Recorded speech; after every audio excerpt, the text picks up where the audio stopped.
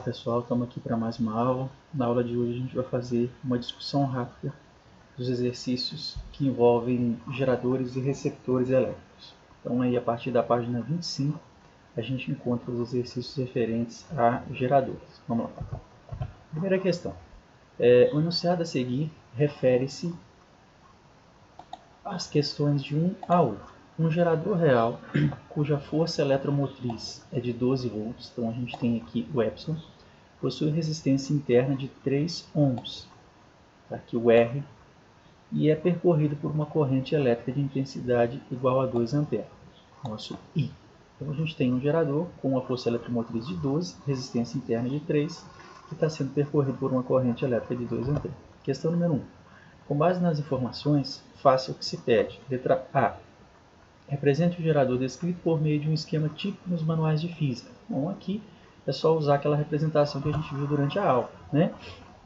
Nós temos aqui os dois tracinhos verticais, né, paralelos. O tracinho menor representa o polo negativo do gerador, o tracinho maior representa o polo positivo. Aqui a resistência interna dele e o sentido da corrente, né, que dentro do gerador ela passa do polo negativo para o polo positivo. Indicando aqui ainda qual que é a força eletromotriz desse gerador, que é 12 volts, segundo o enunciado, e uma resistência interna de 3 ohms. Então é só fazer um esqueminha mais ou menos nesse estilo aí. Tá? B. Escreva a equação desse gerador. Nós vimos que a equação de um gerador, né, é U igual a epsilon menos RI. U aqui é a diferença de potencial líquida que o gerador vai fornecer. O epsilon é a força eletromotriz, menos esse termo aqui, que é aquilo que ele dissipa devido ao efeito Joule.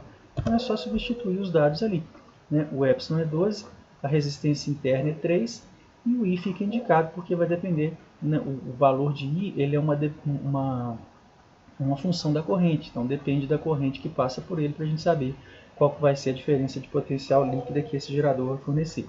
Como ele quer a equação do gerador, a gente deixa indicado dessa forma aí, U igual a 12 menos 3I. Letra C. Usando a equação do item B, calcule a DDP entre os seus terminais. Bom, o exercício está dizendo para a gente, o enunciado está dizendo para a gente que esse gerador está sendo percorrido por uma corrente de 2 A. Então o que a gente vai fazer? A gente vai pegar a equação do gerador, que nós construímos aqui na letra B, e vamos substituir o valor do I por 2 para ver qual que é a diferença de potencial, a DDP, né, líquida entre os terminais desse gerador, aquilo que ele de fato fornece para o circuito. Então, U é igual a 12 menos 3 vezes 2. O 12 é o epsilon, né, que é a força eletromotriz. O 3 é a resistência e o 2 é a corrente que está passando por ele. 3 vezes 2, 6. 12 menos 6, 6 volts. Ou seja, dos 12 volts que o gerador possui de força eletromotriz, ele consegue entregar para o circuito apenas 6, porque os outros 6 são dissipados ali pelo efeito Joule. Então, o número 1 está aí, com as suas letras A, B e C. Número 2. Calcule as potências total, dissipada e útil para esse mesmo gerador. Não é só substituir naquelas formas que a gente viu, né? A potência total é o I, né, epsilon vezes I. Lembrando que epsilon aqui seria a diferença de potencial total que ele poderia entregar se ele não tivesse, se ele não dissipasse nada pelo efeito Joule. Então, a corrente é 2, está passando por ele. O epsilon é 12, que é a força eletromotriz. 2 vezes 12, 24 horas. Então essa é a potência total que ele entregaria caso, né, a gente fosse ideal, não dissipasse nada pelo efeito Joule. Depois, a potência que ele utiliza de fato. Bom, a gente viu aqui que a DDP, né, a diferença de potencial líquida que ele entrega quando ele está percorrido por essa corrente de 2 A, é apenas 6 volts, que nós calculamos ali na letra C do número 1. Então a gente vai substituir esse U por 6, o I é 2, nós vamos ter uma potência útil de 12. Com esses dois dados, a gente já calcula a potência dissipada, né? Porque se eu sei que o gerador tem uma potência total de 24 horas e ele está utilizando apenas 12, significa que a dissipada também é 12, é o restante, né? Mas vamos fazer o cálculo dela aqui, e como a gente viu também pela formulazinha lá, é R vezes I ao quadrado.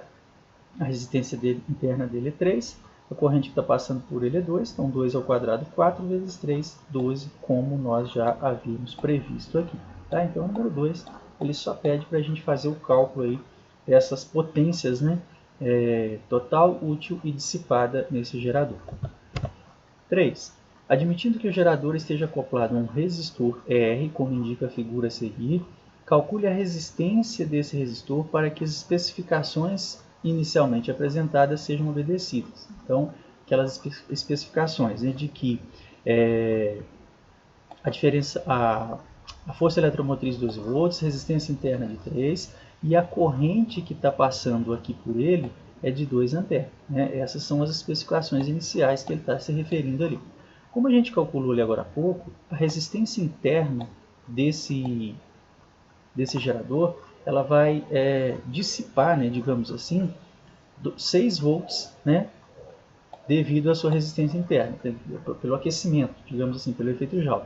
Então ela vai entregar para esse resistor R que está aqui embaixo apenas 6 volts, porque os outros 6 eles foram consumidos ali dentro do próprio gerador.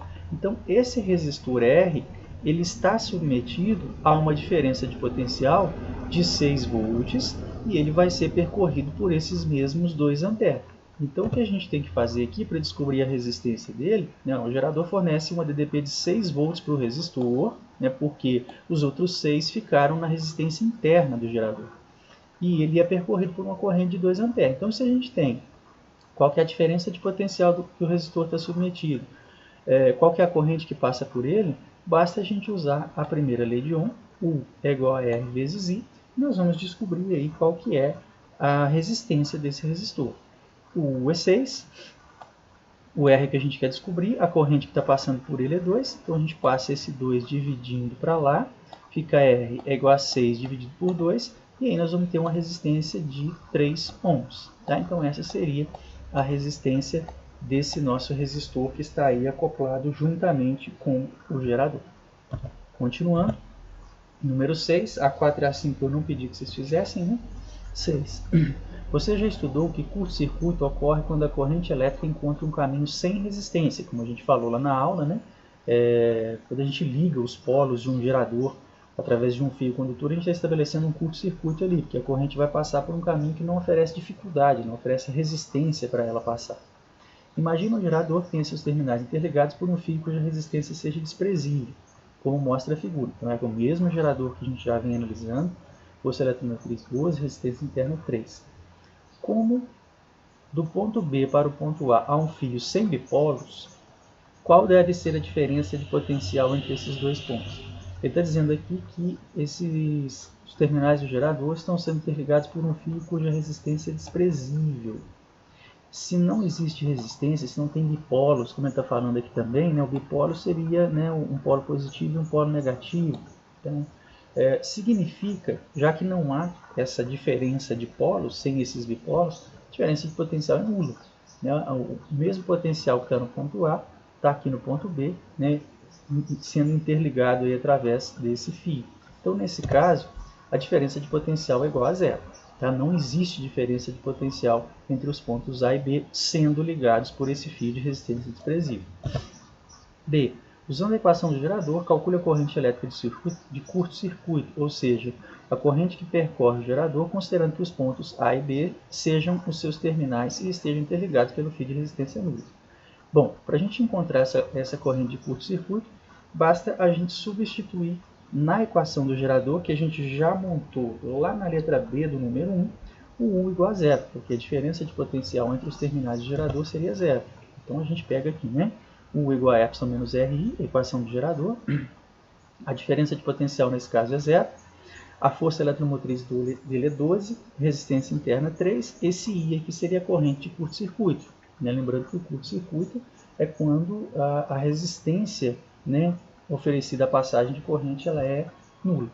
Então aqui a gente vai separar, né? Nós vamos jogar o 3i para o primeiro membro, deixar o 12 no segundo, depois esse 3 vai passar dividindo para cá, 12 por 3, nós vamos encontrar uma corrente de curto-circuito igual a 4 amperes. Tá? Então essa seria a nossa corrente de curto-circuito aí. Letra C, calcule as potências total, dissipada e útil para essa situação de curto-circuito. Então agora o que vai mudar em relação ao número 2 é a corrente que passa pelo nosso circuito. Agora não é uma corrente de 2 amperes mais, é a corrente de curto-circuito que é 4. Então a potência total é I vezes epsilon, o I é 4, o epsilon é 12, dá 48 watts. a potência útil, né? Já que a gente está falando de fios de resistência desprezível que não tem bipolos, a diferença de potencial é zero, como a gente falou na letra A. E nesse caso, a potência que ele utiliza também é zero.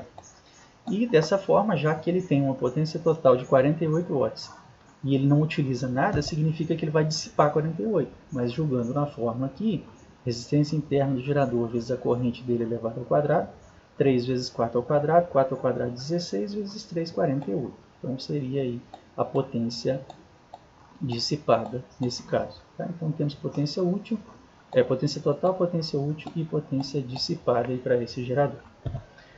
D. O que se pode concluir ao comparar os valores obtidos no item anterior? Que toda a potência fornecida pelo gerador vai ser dissipada pela sua resistência interna, né? É o que acontece no curto-circuito, por isso que aquece tanto e explode os fios aí, né? Porque ele dissipa toda a potência que ele poderia estar fornecendo para o circuito. Então, que toda a potência fornecida pelo gerador é dissipada pela sua resistência interna. E a última, número 7, usando a equação do gerador obtida no item B do exercício, esboce o seu respectivo gráfico U versus I. Está aí, né? Um gráficozinho com essa cara, onde aqui a gente tem a força eletromotriz dele, que seria a DDP máxima que ele forneceria para o circuito, caso a corrente que passe por ele seja zero. E aqui embaixo a gente tem a corrente de curto-circuito, que seria aquele valor de corrente quando a diferença de potencial for zero. Então o gráfico fica com essa cara. Observem que para qualquer outro ponto de corrente aqui intermediário, né, de zero até a corrente de curto-circuito, a gente vai ter um respectivo valor de U aqui menor do que a força eletromotriz, como a gente já analisou lá na aula teórica também. Né, o gráfico ele sempre traz essa informação para a gente.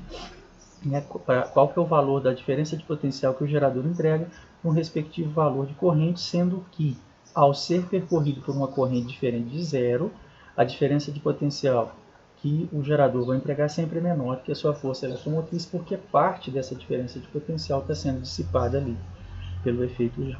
Beleza? Então esses eram os exercícios referentes a geradores elétricos. Agora nós vamos pegar os outros que eu pedi de receptores, lá na página 30 e 31. Vou fazer uma discussão rápida aqui também. O primeiro deles, considere os gráficos a seguir. Tá? Então esse aí está lá na página 30. Então a gente tem três gráficos, 1, 2 e 3, ambos da tensão em função da corrente, U versus I, e então, o exercício está dizendo que eles representam as curvas características de três elementos de um circuito. Que quer que a gente identifique respectivamente quais que são esses elementos. Pelas alternativas, a gente vê aqui que esses três elementos são um gerador, um receptor e um resistor. A gente tem que identificar qual gráfico que é de quem aí. Então vamos lembrar o seguinte, nós vimos que os resistores ômicos, eles obedecem à primeira lei de Ohm, U é igual a R vezes I, ou seja, a resistência ela permanece constante à medida que a gente vai variando a tensão e a corrente. Então, se a gente isola o R aqui, fica U dividido por I, ou seja, a diferença de potencial e a corrente são duas grandezas diretamente proporcionais, né? À medida que eu aumento a tensão, a corrente também aumenta na mesma proporção. E o gráfico de duas grandezas que são diretamente proporcionais é uma reta que passa pela origem. O único gráfico que traz uma reta passando pela origem aqui é o 3. Então esse 3 aqui é o do resistor. Tá? Então a gente já identificou que o 3 é o do resistor. Então aqui teríamos como 3 aqui do resistor a letra A e a letra C. A gente já elimina aqui B, D e E. Bom, os outros dois, um é do gerador e o outro é do receptor. Pelo que a gente acabou de fazer na número 7, a gente construiu o gráfico do gerador, nós podemos observar aqui que esse 2 aqui, ele tem a mesma cara do gráfico do gerador que a gente construiu ali agora há pouco. Então, esse gráfico 2, ele é o gráfico do gerador. Então, a gente já identificou que o nosso gabarito é a letra C. E o último, o primeiro seria do receptor. Ele tem aqui a sua força contra-eletromotriz, que seria a energia que ele vai retirar do circuito, mas ele não tira só aquela energia porque ele tem uma resistência interna, então ele vai tirar mais do que aquilo que ele precisa para funcionar. Então, à medida que ele começa a ser percorrido por uma corrente, a diferença de potencial, né, que ele vai receber do circuito é maior do que a sua força contra a eletromotriz. Então aqui ficou receptor, gerador, resistor, gabarito, letra C. Aí ele traz essa orientação aí, né, para os próximos exercícios. A figura a seguir apresenta um circuito composto por 3 bipolos associados em série. Um gerador real, um receptor real e um resistor. Então aqui a gente tem, ele já até identificou, né, o gerador. Observem que a corrente que vai passar pelo gerador, dentro dele passa do polo negativo para o positivo, como a gente falou lá atrás. Aqui está o receptor, observem que a corrente vai passar do polo positivo para o polo negativo, né? O sentido dela é esse aqui, ó. A corrente está circulando no sentido horário aqui. Tá? E aqui está o nosso resistor de 2 ohms. Aí ele quer as potências total, dissipada e útil para o receptor real. Então aqui a gente vai usar as formulazinhas que nós vimos para o receptor. Detalhe, primeiro a gente precisa descobrir qual que é a diferença de potencial, né? U para esse receptor, porque a gente não tem essa informação. A gente tem a força contra a eletromotriz dele, que é 6 volts. A gente tem qual que é a corrente que passa por ele, que é 2 amperes. Temos a resistência interna, mas a gente não sabe qual que é a diferença de potencial que é estabelecida entre os seus polos. Então a gente faz esse cálculo primeiro. Monta a equação do receptor, epsilon' mais RI. O epsilon', que é a força contra a eletromotriz, é 6. A resistência interna, meio, vezes a corrente, 2. Meio vezes 2 dá 1, 6 mais 1, 7. Então, a diferença de potencial nos polos do receptor é de 7 volts. Agora é só jogar nas fórmulas da potência, que a gente já aprendeu aí. Potência total, né, é a diferença de potencial total que esse receptor vai receber, que é o U, né, vezes I. O U é 7, né, que a gente acabou de calcular. A corrente é 2, 7 vezes 2, 14. Potência dissipada, R vezes I ao quadrado, meio vezes 2 ao quadrado, vai dar 2. E a potência útil, né, é o que sobra. Se ele tem uma potência total de 14, dissipa 2, a potência que ele utiliza é de 12. Mas substituindo na forma também, epsilon' vezes I, o epsilon' é 6 e I 2, nós temos aí a potência utilizada por esse receptor. Número 3, esboce o gráfico U versus I para esse receptor. Então vai ter aquele gráfico com a cara que a gente analisou lá agora há pouco. Olha. Isso aqui é a força contra a eletromotriz dele, é aquela energia que ele retira do circuito sem, aquela DDP que ele recebe do circuito sem ter corrente passando por ele. A partir do momento que a corrente passa a circular, né, ele vai retirar ou receber uma quantidade maior, né, uma potência maior do circuito, porque parte é dissipada pelo efeito Joule. Pelo que a gente viu ali, para uma corrente de 2 A, que é o que está acontecendo no circuito, ele vai receber uma DDP de 7 volts. Tá? Então, a gente traça um gráfico com essa cara aí. Aí no número 4, que é a última, ele pergunta o que significa o ponto em que a reta corta o eixo vertical U. Tá? Então, ele está perguntando o que significa esse ponto aqui, ó, que eu marquei aqui em vermelho. O que significa esse ponto em que a reta corta o eixo vertical? Bom, esse valor aqui é a força contra a eletromotriz do nosso gerador. Né? O ponto de interseção da reta com o eixo das ordenadas, né? O eixo Y, e no caso o eixo U, né? Representa a força contra a eletromotriz do receptor. Ok? Então esses eram os exercícios que eu tinha pedido para vocês sobre geradores e receptores. Uma discussão rápida deles aqui. Por hoje é só. Um abraço, até a próxima.